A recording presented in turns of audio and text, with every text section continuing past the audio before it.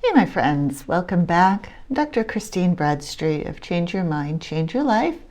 We're talking about neuroplastic pain, otherwise known as mind-body pain and symptoms, or TMS, tension myositis syndrome.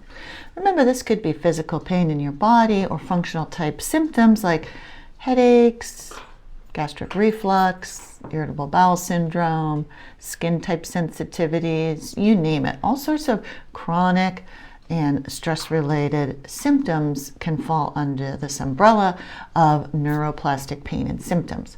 So welcome, because here you are learning to put an end to these nuisance pains and symptoms yourself.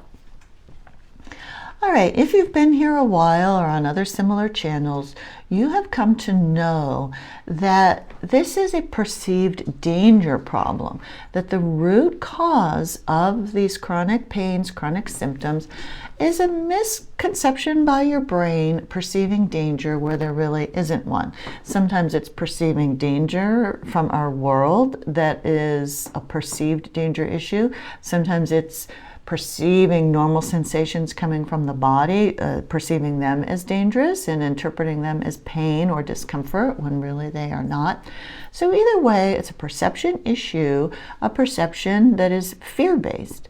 Now, quite often that leads us to assume it's fear-based regarding the symptom, like afraid of this pain, afraid of this symptom. And that very well can be true, and that probably is part of any chronic condition, because pain and uncomfortable symptoms are unpleasant. We don't like them, and we're wired to avoid them. But also in today's video, I'm going to talk about the perceived dangers that surround us in our lives and how we can minimize those as a way of rewiring the brain, calming down the fight or flight system, making the brain less hypervigilant, less alert to life in general, but also to pain and to symptoms. Because face it, a brain that is in hypervigilant state, fight or flight, you're not as happy, you're not as healthy, and you're not experiencing life at its fullest. So we want to dial down that reaction when it's not needed. It's certainly needed when there's an actual danger, but most of the time in our lives, we're not in true actual danger. It's a misconception. It's a distorted type view. So how can we do this? One of the ways we can do this is avoiding overstimulation. So when our nervous systems, our brains are bombarded by stimulation, information coming in from the outside world, many of these messages can be interpreted as danger. For example, you hear a notification on your phone, you stop paying attention to everything else and you look at your phone to check it. You wake up in the morning and you turn on the news to see what happened during the night while you were sleeping.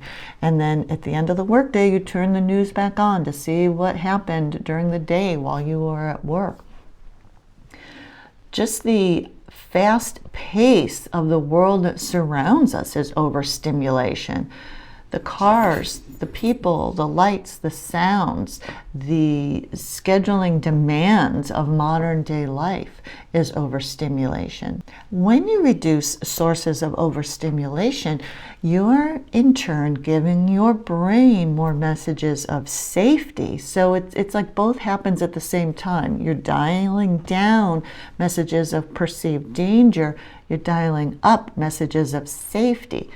When you're calm, when you're at ease, when you're peaceful, when you're moving slowly, your brain perceives these as messages of safety because you don't do those things if your house is on fire or if a tiger is chasing you. So it has this two beneficial effects when you do that.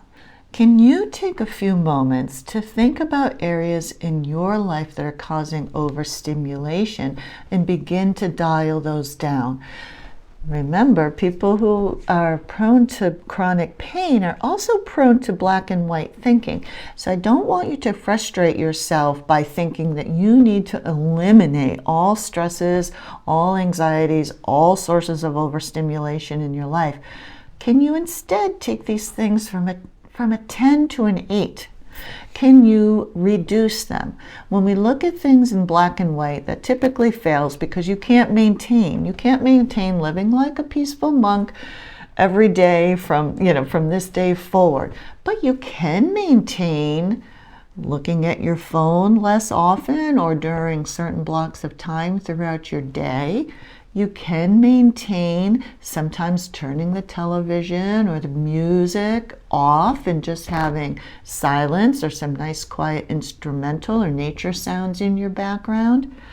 You can manage to schedule yourself 5-minute breaks in between tasks where you can just sit quietly and peacefully and take a few slow, deep breaths. You can maintain just periodically throughout your day closing your eyes and taking 2 or 3 slow, deep, diaphragmatic breaths. Okay, so none of this is black and white. We live in a modern world. We live in a physical world. There is going to be stimulation, but you can dial down the sources of overstimulation. Let me remind you that what we're doing is untangling the knot that created your chronic pain and chronic symptoms to begin with. It wasn't just one particular thing. It wasn't that injury. It wasn't that food that you ate. It wasn't your stressful breakup.